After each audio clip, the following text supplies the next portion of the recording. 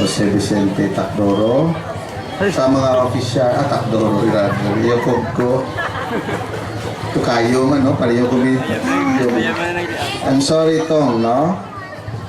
Sa atin mga equally nga mapisan man nga mga barangay officials, sa atin SK chairman, mga pumuluyo kang barangay 1, kag mga bisita mayadgid nga gabi sa tanan.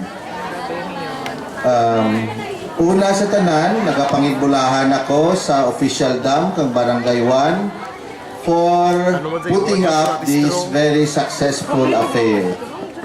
Pangarawa, I would like also to express my appreciation and congratulations sa mga contestants kag sa anda parents, no, because of their cooperation na tigayon dyan nga affair lang nga gabi.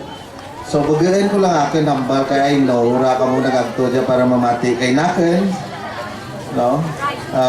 Just in the spirit of solidarity, Rigyakot lad nagaugyon sa mga pumuluyo kag opisyales sa barangay 1 sa pagselebrar kang inyo kapiestahan in honor of Our Lady of Immaculate Conception.